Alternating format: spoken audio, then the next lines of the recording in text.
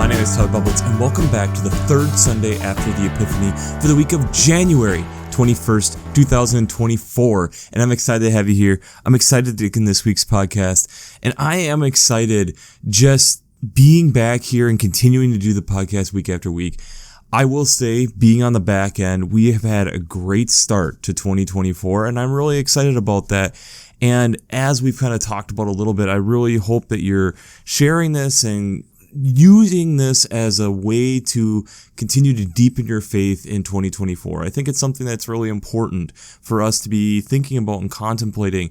And I see January as a month where you are figuring out what you're going to try to accomplish for 2024. And I think faith is a great place to be saying, yeah, I want to do some work there. And I think this is a simple and easy place to start. And I would really encourage that and growing in that. And I think it's something that the more interactions that we all have together with this, the more that we're commenting and talking about this stuff, the better it is and the deeper that we can all go. And I think it plays really well into the question that we had last week, which was, where this year are you going to wonder? And where this year are you going to come and see? And I got some really great responses this week. And one of them talking about one of the final frontiers for them is understanding the mind of people. And I think in regards to that, it's something that there is so much that we still don't understand of how our brain works. And I think that's a fascinating thing in and of itself. And I think there's a lot of fascinating research that is going on into trying to understand that deeper. And I think there is more as we're understanding more and more of how the mind works. I think it will really open up a little bit more of how our inwardmost part is developed. And I think get us to have this deeper connection with God. But also the one in which this person said we're going to come and see. I think it's a great one for all of us to remember. And that's other people, but specifically children. I think there is something that we lose as we get older for whatever reason. The simplicity of life that a child has and the way that they see the world, I think does give us a glimpse of God in a way that many of us otherwise forget or don't associate with enough. And I think there is a great beauty to that. And I think it's something that is extremely valuable. And I think it's something that as a world community, I think it's something that we can all be working on investing in more, because I think it's one of those things that returns huge benefits, not only for the child, but also for the person teaching. So let's just jump into it this week. The Old Testament text this week is out of Jonah, chapter 3, verses 1 to 5 and verse 10. We're kind of dropping into the middle of this 4-chapter book, and we have Jonah has already been called. Jonah has rejected the call, gone in the opposite direction, has been cast overboard, eaten by a large fish. And this is now the second time that God is calling Jonah and telling him to go to Nineveh. Nineveh is seen as a city that is very much against the tribe of Israel. He goes and proclaims this message, stating 40 days more and Nineveh shall be overthrown. The people hear this message, their hearts soften, receive the message, and repent. God sees this and decides to change his mind instead of overthrowing this city. And that leads into a whole nother thing where Jonah gets into with chapter 4, where Jonah gets upset. But it's this aspect of how God calls when actions happen. Sometimes the action isn't immediate, but in this case, it was something where God's seeing the progress that is being made and a reversal happens and action happens based off of the news that they were getting. They were getting hard news. They repent and show their repentance in their actions. The psalm that goes with that is Psalm 62, verses 5 to 12. And this is this recognition of how we wait and look for God. This recognition of the salvation and fortress of who God is, the mighty rock on which we build upon, the trust in Him, comes from putting our refuge in God and recognizing in that God is something much greater than what we necessarily typically will understand, especially in our modern thought process. It's not necessarily putting our thoughts and hopes and dreams into something like riches or things that will pass away.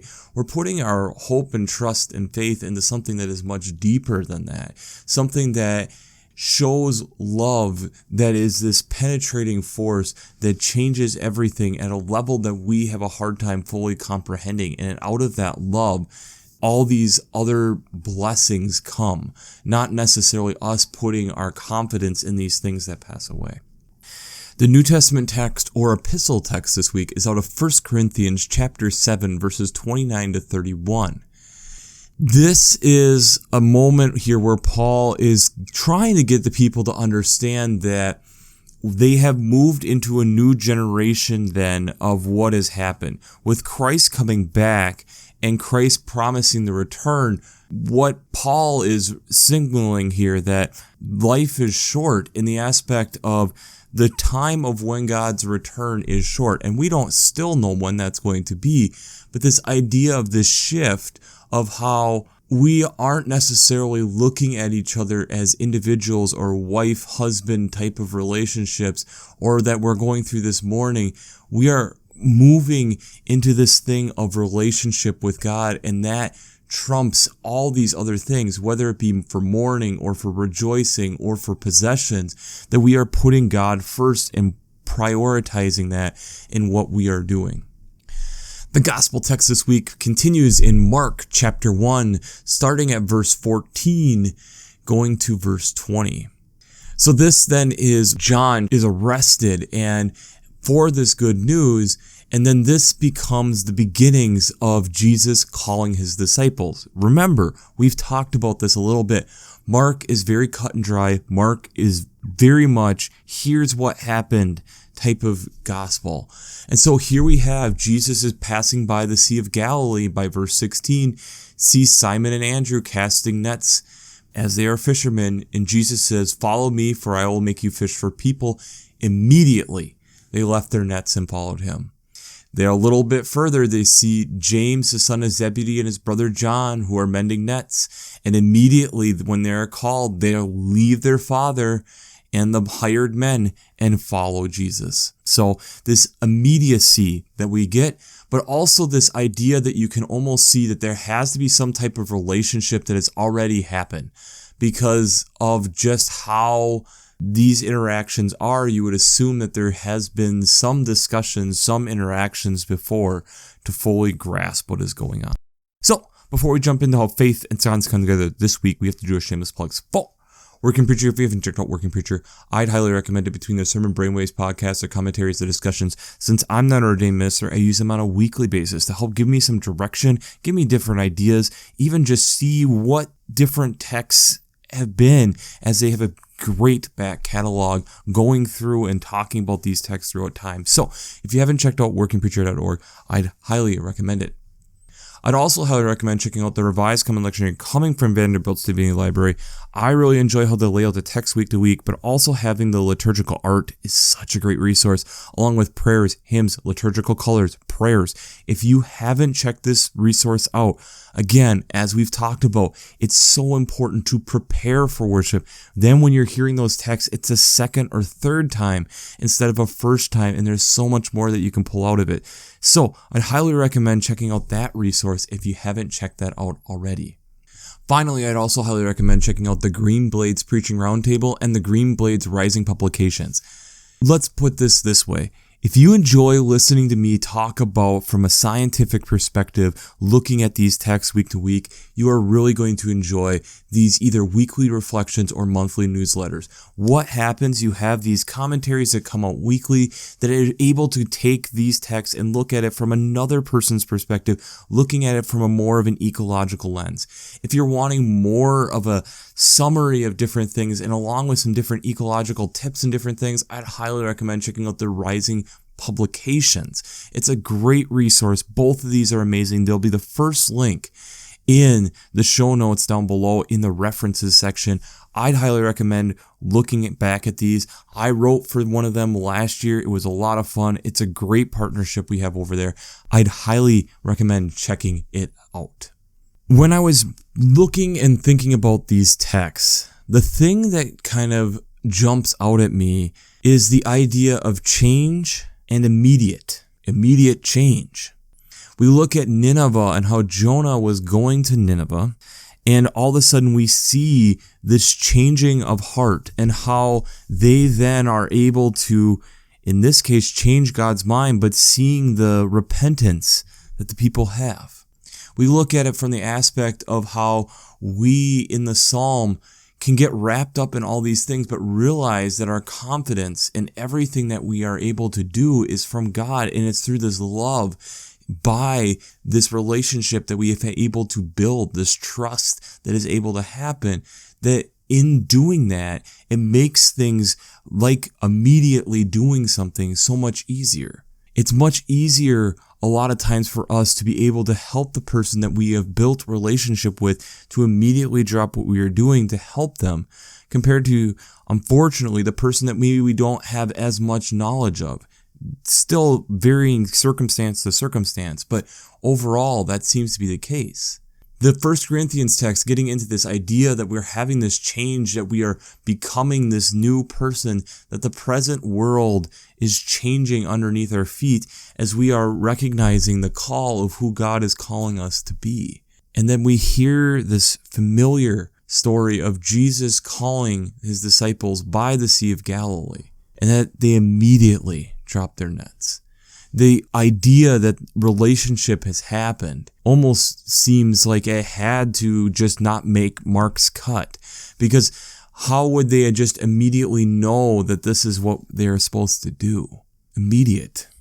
In a world that is becoming more instantaneous, where do we see immediate? And I think one of the ways that we can see it is ourselves. And what I mean by ourselves is, let's get below the surface. Let's look at how our body defends us, how God has designed this amazing body to help take care of the spirit that God has put within us. Because there are parts of this process that are quite immediate. And I think it shows this relationship that happens, and how through that relationship, when the dependence comes, when these times come when we need these additional things, that God has built it into us to take care of that. So let's go over this. But before we get really deep into this, realize I will attach a lot of show notes down below, and there are people who study their whole lives studying this stuff. I am trying to condense this down into a half an hour podcast, and I'm going to try doing it at a level that most people can hopefully grasp and understand. So realize that this is at a very surface level. I am not a professional in this. I've been doing some research on this, so take that with a grain of salt. But I will also say I think this is a great starting spot for us understanding how this all works. Our first line of defense, in a lot of ways, is our skin and mucous membranes that we have throughout our whole body. I know for me, there's a lot of times where I could take better care of my skin to make it more durable. It's hence why when you have like a leather good, you put conditioners and different things on those to help keep it pliable, just like our skin. But it's also for us as living, breathing creatures, this is our first line of defense. We also have mucous membranes throughout our noses and mouths to be able to, if we encounter a bacterial or a virus, that it gives our body a chance to start that process of trying to take care of the situation before it really becomes something. But let's say, for instance, that there is some type of cut and we have some type of entry, and we're going to take, in this example today, more of a bacterial approach on how the body is going to handle this. And the bacteria comes in within minutes, is multiplying and trying to change the localized environment to be able to support them better, to be able to put on this attack. At the same time, the body is sending out alarm signals that stuff needs to happen, and the macrophages come in. The macrophages are guard cells. They're large cells. They devour and have enzymes to help break things down. And in doing this, while they're breaking things down, this is when the body will kind of have some additional inflammation, water rushing to the area to make it easier for these macrophages to devour these cells. Along with that, there'll be messenger proteins also going out to neutrophils, which leave the bloodstream, and they're suicide killers. They go in and they will attack everything. And this is both a positive and a negative. They have a built-in system that they don't last longer than 5 days because they could do so much damage to the body, and they will kill live cells, dead cells, bacterial cells, whatever is there. They are kind of this idea of destroy the whole area because this then can help us win the battle. And if this is still an issue, if the body is still fighting and still after 5 days is needing help, this is where the dendritic cells come in. Dendritic cells have kind of been around, and they have been collecting samples the whole time.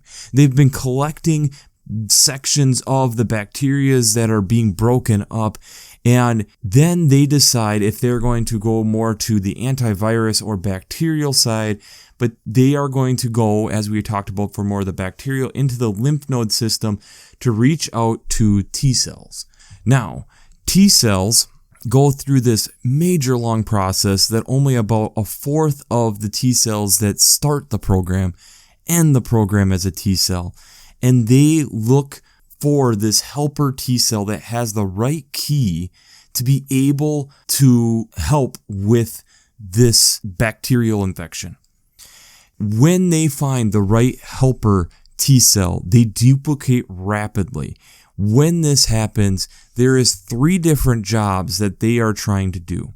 Some are going to stay as memory T cells so that if this is a continued infection later on, that the body is faster at responding and is able to knock it out, and maybe that you don't even notice. The second thing that will happen is that they're going to send a lot of these T cells in to attack the bacteria. And one of the big things that the T cells do is they encourage these macrophages to keep going. The macrophages are tired. They want to slow down, but there is something with the T cells being there, encouraging them to keep going, encouraging them to, this will end at some point. We can do this. We can accomplish this. And that's what they do. The final thing that they will do is they will also go to B cells. Now, B cells, think of them as like this attack repertoire with major weapons. And they come in and will work with the T cells to, again, send out what we would know as antibodies to attack this bacterial.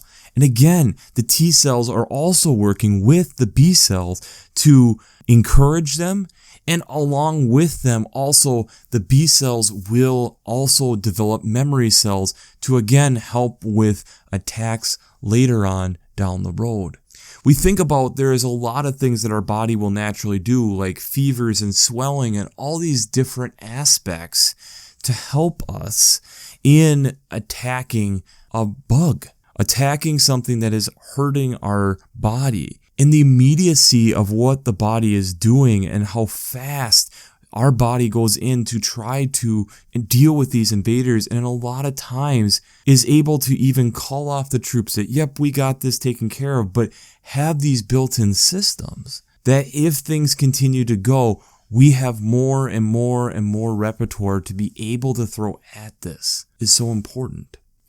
We think about those macrophages getting the chemical signals initially, along with the neutrophils getting those initial signals, those chemical signals saying there is an attack on the body, we need help, and they immediately come to the scene.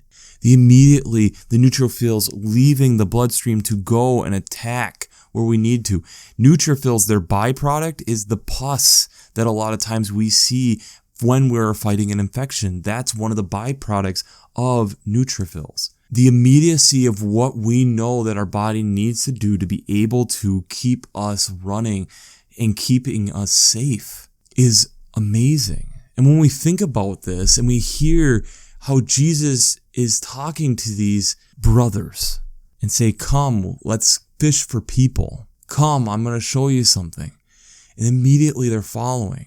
You would assume that there is some type of relationship, but just like these different cells types have evolved together over a tremendous amount of time since humanity has evolved together to be able to work as this well-oiled machine together, that the DNA genetic coding has been passed person to person to person to person to make sure that we have this efficient machine to be able to do this. Jesus has gotten to the point where he is about 30 years old at this moment and is now going and talking to these people and come, it is time. It is time for us to do this mission. And with this assumption of that, we would assume that there has been some type of relationship that has been established beforehand with these brothers and Jesus. The immediacy of course, the call has come and I must go. The call has come, so I must go. I'm going to follow this person wherever they lead. Who knows what the relationship is? Maybe it's that Jesus, being a carpenter, has made these amazing boats, and doing that has talked about there's so much greater things that I have to do and ideas, and maybe Jesus has done some of these different interactions with them, talking about these are the areas to fish. Who knows? And it's that reminder that we even are getting from Paul that things are changing now. After the death and resurrection of Christ, things have changed, so thus what we knew and what we are moving into are different. And I think that plays really well into what we know today, that the world in which we have known in the past and the world that we are moving into is a constant thing of change and flux. No matter how difficult it is for us to wrap our heads around this, there's going to be some things like our memory B and T cells that when things come up that we can immediately recall to and immediately are able to snuff out before it's even an issue. But there's other times that we are going to have to call in the reserves because it's something new. It's a different challenge, and yes, there is some urgency to what we are doing. The urgency to be able to help preserve our body to the best of our ability, to take care of it, because there is a mission that is needed, and that is to help keep the body safe so that we can do other things. I think about this in that we look at all these things and ways the body is trying to take care of itself, that we have these built-in precautionary systems, along with that there's multiple levels of protection. And I think a lot of times within our day-to-day lives with ourselves, I think we forget that with our relationship with others. I think we sometimes forget that with a relationship with God. I think there's times we forget that. And so then when we get these calls for immediate action, it feels too hard for us to do. Or it feels really heavy because there's a lot of other things going on. And I think that also means that maybe we need to be figuring out how do we take care of the skin so that the skin is as strong as it possibly can be. How do we make sure that the chemical signals within our body are functioning well so that when something gets beyond the skin, the macrophages and the neutrophils are plentiful and ready to go and ready to receive the signal to go and take care of things? Or how about the dendritic cells, making sure that they are collecting samples to be able to communicate with some of the bigger targets, the helper T cells, the encouragers, to make sure that the body keeps going even when it's hard, or the B cells to bring out the heavy ammunition that this is what we need, but even they need encouragement. All of these working together flawlessly, being able to have a storage system so we don't have to keep reinventing the wheel per se. Do we have these types of systems for ourselves? Spiritually, do we have these types of systems? I think that's one of the things that maybe we need to look at. If we are talking about being followers of Jesus and being able to see that, take Jonah for instance, when we're not able to do the call or we see it as too difficult or we don't want to do it, how it's not necessarily great for us and for God.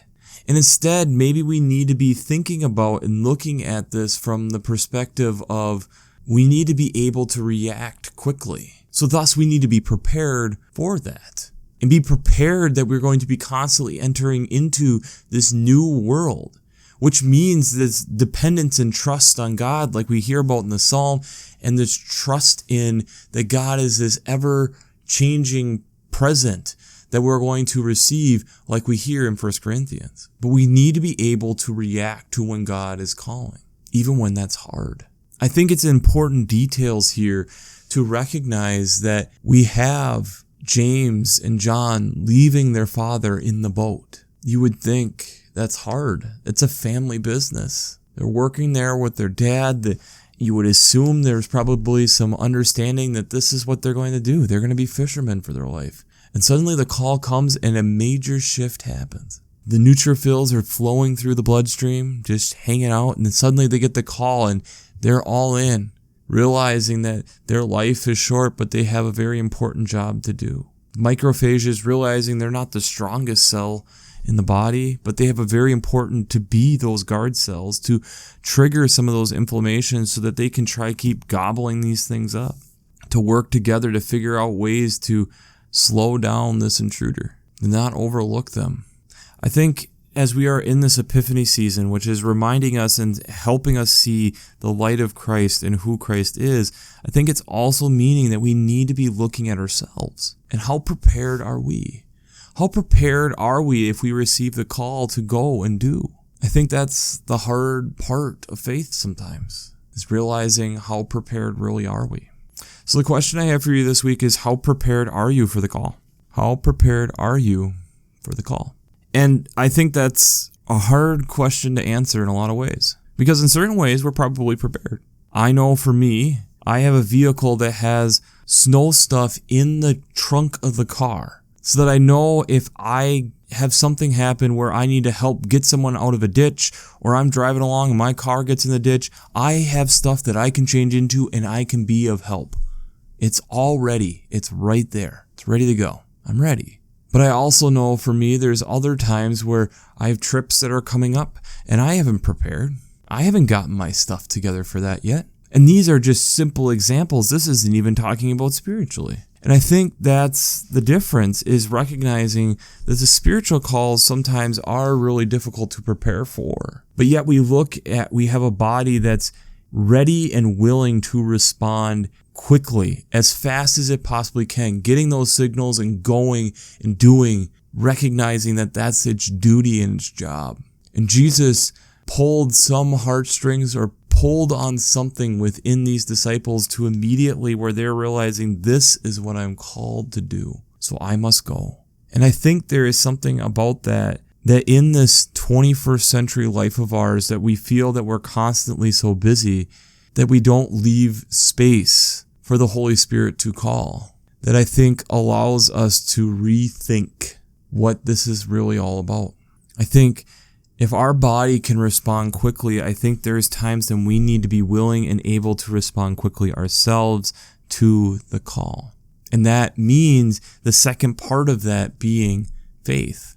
And if you look at these different cells and how they're interacting together, recognizing and knowing the different roles that they have, but I think one of the most important is those T cells. Recognizing that a major part of those T cells is to encourage, to say you can keep doing this even when it's hard, even when they're tired, like the amazing coach that we've all had at different phases of life in some form or fashion. Immediacy is a hard word, but I think it's also recognizing that immediacy is something that is vital for what God does. And that also means that we have to be okay with not being consumed with ours, to be able to hear where God is calling us next. No matter how difficult that may be. It might be something where a cell immediately going and serving you. Can we not learn from the cells when we're hearing the call to immediately go and serve God? Because I think it's something that we can learn about, and we can see from Jonah's example that it doesn't go well when we don't listen initially. So it's something that we need to continue to work on ourselves. So we'll wrap this up as we always do. I pray God blesses you through your faith and amazes you through science.